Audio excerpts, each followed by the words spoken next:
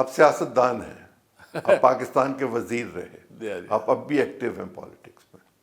آپ کا گھرانہ بنیادی طور پر پاکستان پیپلز پارٹی سے تعلق رکھتا تھا.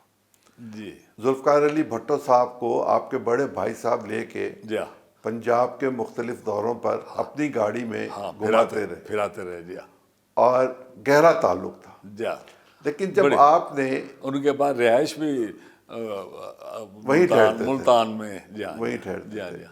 جب آپ نے ریلوے سے استعفیٰ دیا، آپ سے الیکٹریکل انجینئر کے طور پر وہاں ایک بڑے افسر تھے، آپ نے استعفیٰ دیا اور استعفیٰ دینے کے بعد آپ نے میر مرتضیٰ کو جوائن کیا، پیپلز پارٹی کو جوائن نہیں کیا. کوئی خاص وجہ؟ بے نظیر صاحبہ وارث تو بنی، اپنے والد کی وارث نہیں بنی، وہ پارٹی کی وارث ضرور بنی ہے. اور وراثت میں ان کو پارٹی ملی ہے، پارٹی کے جیالے بھی ملے ہیں، مگر لوگوں میں ان کی شہادت کے بعد ان کا رتبہ ذرا اور لوگوں میں ناراضگی کے پہلو ختم ہو گئے. مگر ان لوگوں نے، جن لوگوں نے اوریجنل پیپل پارٹی کے ساتھ دیا تھا اور ان کے کیا مقاصد تھے اور کس ایمانداری سے انہوں نے حکومت چلائی تھی ZAB صاحب کی وجہ سے اور سارا کچھ، وہ بے نظیر صاحبہ کے وقت میں وہ قدریں ختم ہو گئی تھیں، بہت محلول ہو گئی تھیں، وہ قدریں نہیں رہی تھیں. لہٰذا وہ فرق آ گیا تھا اوریجنل لوگوں کا اور جو بعد میں شامل ہو کر اس سے فائدہ اٹھانے والے وہ اور حضرات تھے. آپ کہہ رہے ہیں مفاد پرست قریب ہو گئے کیا بہت زیادہ. جی ہاں. اور جب مرتضیٰ آئے تو ہمارا میں سے کسی کو ساتھ ان کا سلام دعا نہیں تھی. ان کی راؤ رشید صاحب مرحوم کے ساتھ جو IG پنجاب تھے، وہ خط و کتابت بھی تھی ان کی، اور باہر آپس میں ایک دوسرے سے ملنا جلنا کا ایک وسیلہ تھا یہ ٹیلی فون یا خط و کتابت کی وجہ سے. تو راؤ صاحب نے مجھے کہا کہ آئیں چلیں مرتضیٰ کو ملتے ہیں چل کے. تو ہم 4-5 آدمی بڑے جو پرانے پارٹی کے تھے، میاں ساجد پرویز بھی تھے، احسان صاحب بھی تھے، احسان الحق صاحب بھی تھے، وہ بھی تھے، اور ایک دوست فرام رحیم یار خان بھی تھے، ڈاکٹر نارو صاحب بھی تھے. تو ہم سب گئے ان کے پاس ملنے، لاڑکانہ، اور وہ برسی کے دن تھے. تو وہ پھر بڑا ایک تھا. ممتاز بھٹو صاحب نے ہمیں اپنے گھر پہ بلایا کھانے پہ اور لوگوں سے گپ شپ لگی. تو ایک قسم کا بڑا ہم نے ایک ان کی شخصیت بھی ایسی تھی، اور ہم عمر تو وہ میرے سے چھوٹے تھے، مگر ایک مطابقت تھی آپس میں. زندہ دل شخص. جی بہت. میری ملاقات ان سے اور ہوئی بڑے سیدھے، اور سیدھا آدمی تو کامیاب نہیں ہو سکتا نا پالیٹکس میں. آپ کا اب بھی ان کی فیملی سے اور بیٹی سے تعلق ہے؟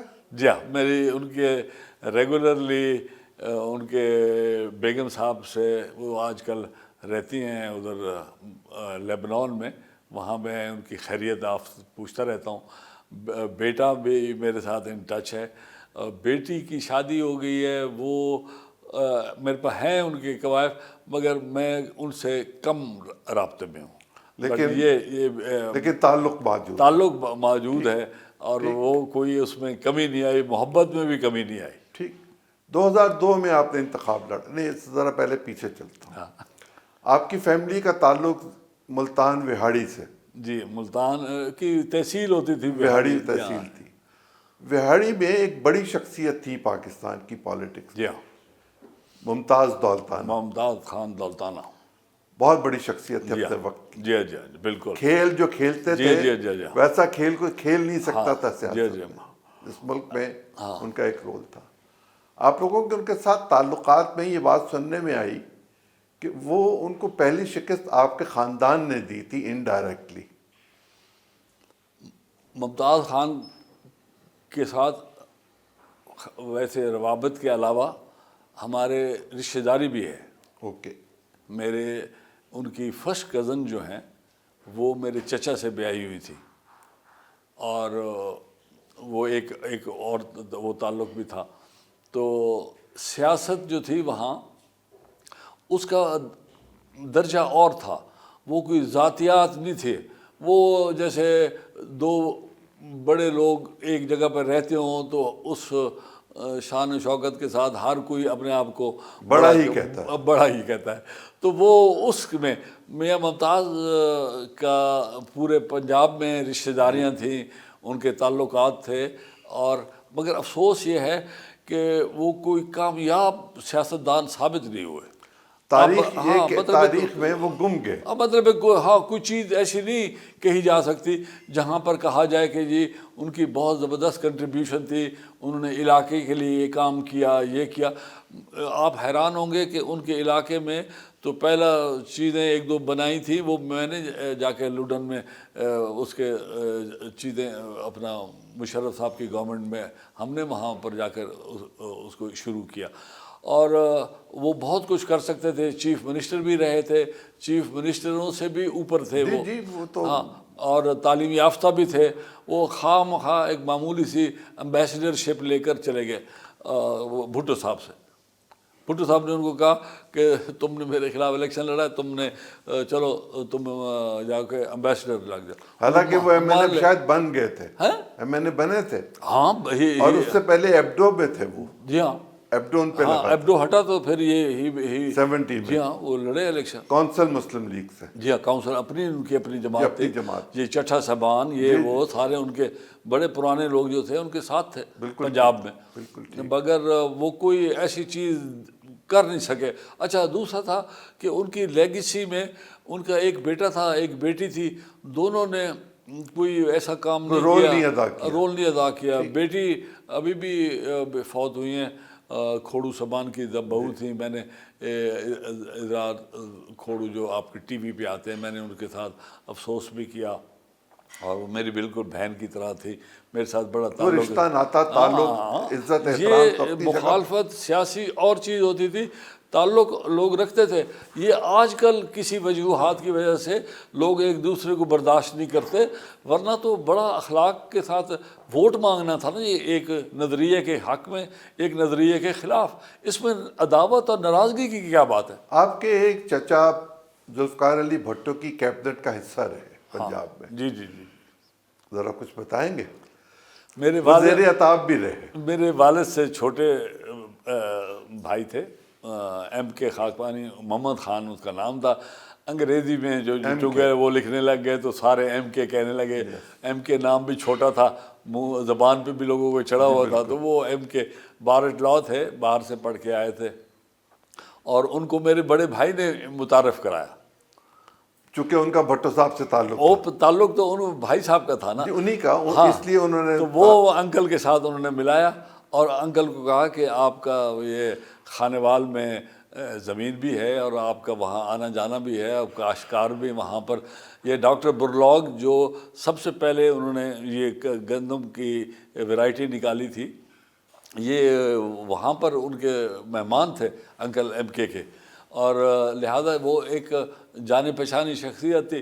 تو لوگوں میں انہوں نے کہا آپ الیکشن لڑیں، تو وہ پھر انہوں نے الیکشن لڑا اور جیت گئے، اور پھر وزیر بن گئے ایگریکلچر کے. وہاں پر ان کی جو اٹھنا بیٹھنا تھا، وہ ذرا وہ حنیف رامے صاحب سے کوئی تعلق میں پہلے کمی آ گئی، پھر وہ بعد میں دوستی ہو گئی، تو اس وجہ سے بھٹو صاحب کے ساتھ کوئی ناراضگی ہو گئی، تو پھر انہوں نے ان کو برخاست کر دیا. ڈیفنس آف پاکستان رولز کے تحت ان کو گرفتار کر دیا کہ اپنے وزیر کو.